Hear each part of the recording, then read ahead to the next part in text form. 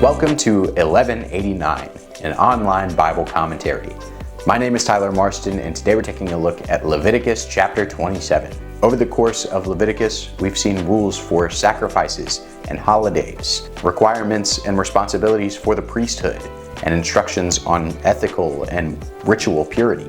We've also seen the importance of atonement, how God provided a way to cleanse His people from the sin and impurity that they experience in their everyday life. And the point of it all is so that the people will be holy like God is holy. They'll bear His image to the rest of the world, becoming a kingdom of priests. The last chapter started the conclusion of Leviticus, juxtaposing the blessings of obeying God with the consequences of disobeying Him. And this final chapter almost acts as an appendix of sorts. It deals with the valuations required in certain cases of broken vows. And I know that that sounds really exciting for everyone, but it really does teach us a lot about the grace of God and how it has a cost. It also shows the importance of giving to God and why that's still important to us, even as Christians today.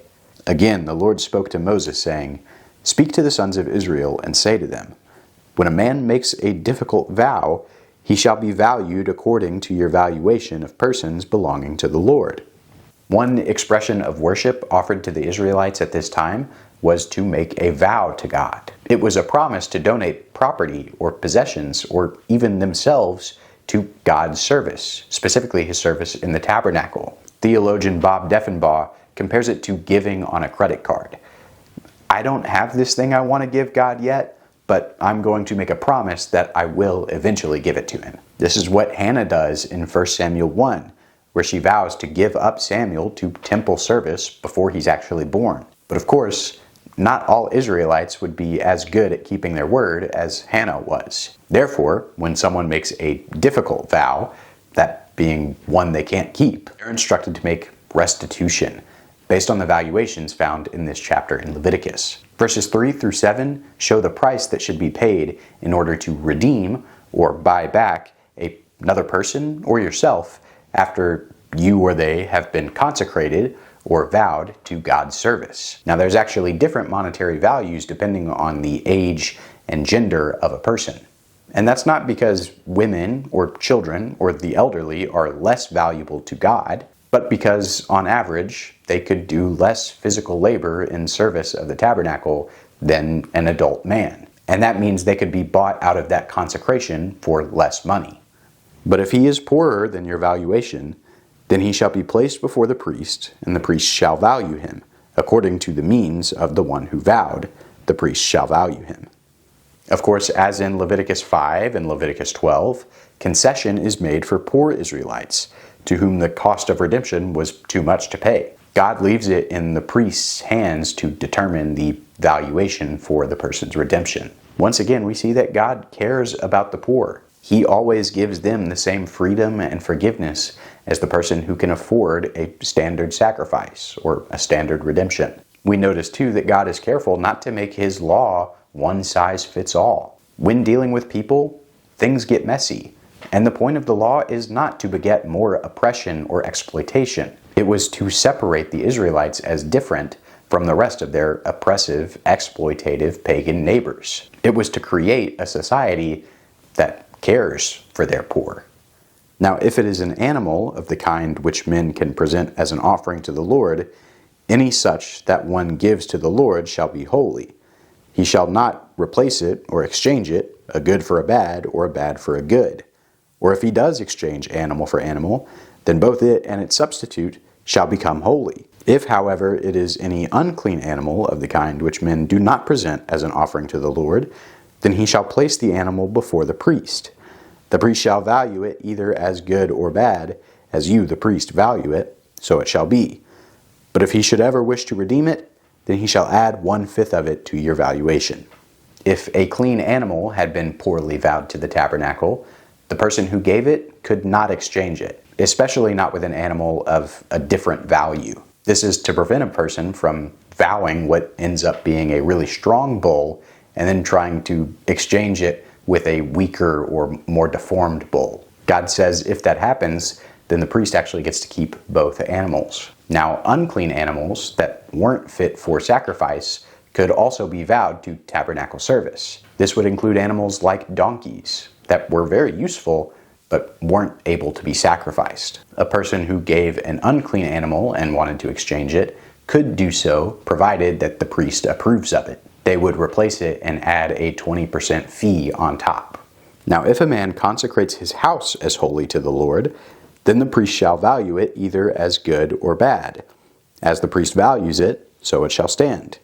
Yet if the one who consecrates it should wish to redeem his house, then he shall add 1/5 of your valuation price to it, so that it may be his.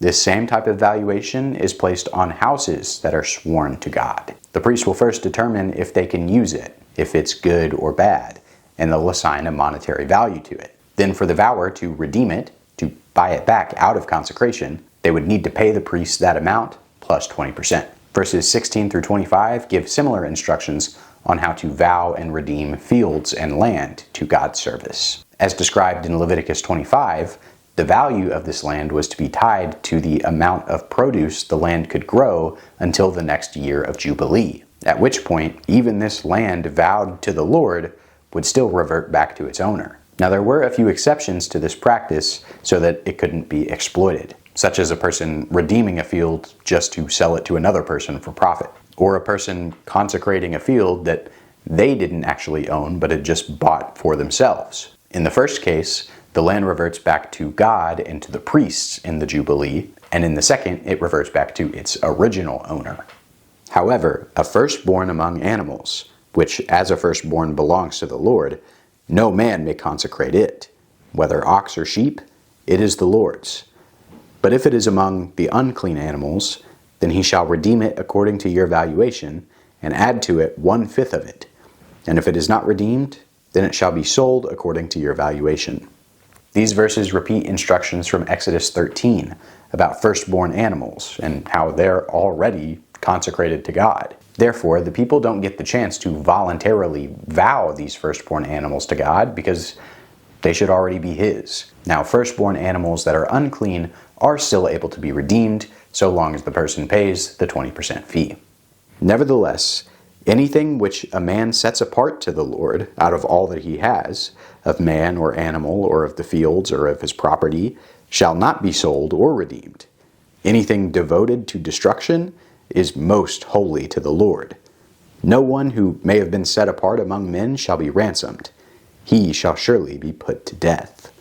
And so meanwhile here, there's an important distinction between things vowed to God and things devoted to God. The devoted offering was one step higher than a simple vow. The Hebrew word literally means under a ban, and is sometimes translated as accursed. These things that were devoted to God were so holy that they could not be redeemed. You couldn't change your mind about it. If they were taken out of God's service for any reason, whether it was an animal or even a person, they were to be put to death. Thus, all the tithe of the land, of the seed of the land, or of the fruit of the tree, is the Lord's. It is holy to the Lord. If therefore a man wishes to redeem part of his tithe, he shall add to it 1/5 of it. For every 10th part of herd or flock, whatever passes under the rod, the 10th one shall be holy to the Lord. He is not to be concerned whether it is good or bad, nor shall he exchange it. Or if he does exchange it, then both it and its substitute shall become holy. It shall not be redeemed. These are the commandments which the Lord commanded Moses for the sons of Israel at Mount Sinai.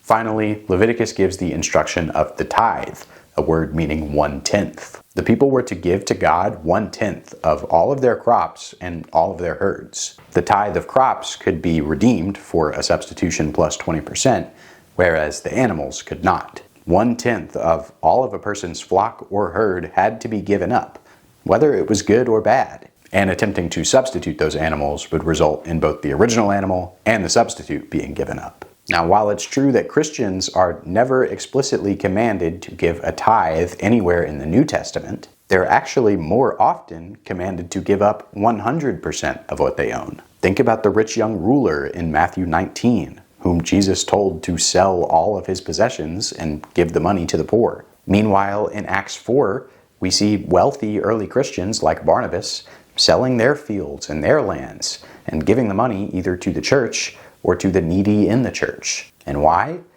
Because Jesus said in Matthew 22 to give to Caesar what is Caesar's and give to God what is God's. What is God's is the entirety of our being, because he stamped us with his image. So we don't get to be stingy when we see a brother or a sister in need. We should be willing to part with anything we have in order to take care of others, especially other brothers and sisters in Christ. So this is the final chapter in Leviticus.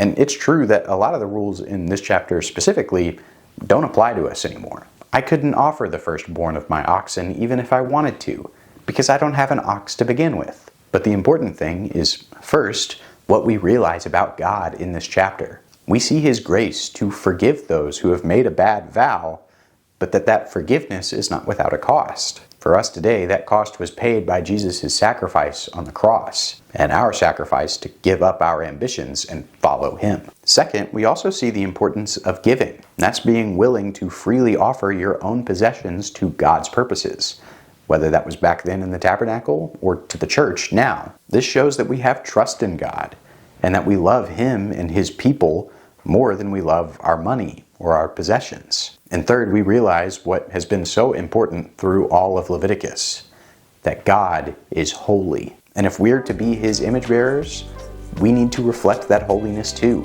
We need to live honorable, ethical lives that reflect biblical teachings, lives that properly value brothers and sisters in Christ in comparison to the material possessions this world can offer us. And we do it so that we can be a kingdom of priests, pointing the rest of the world to Jesus.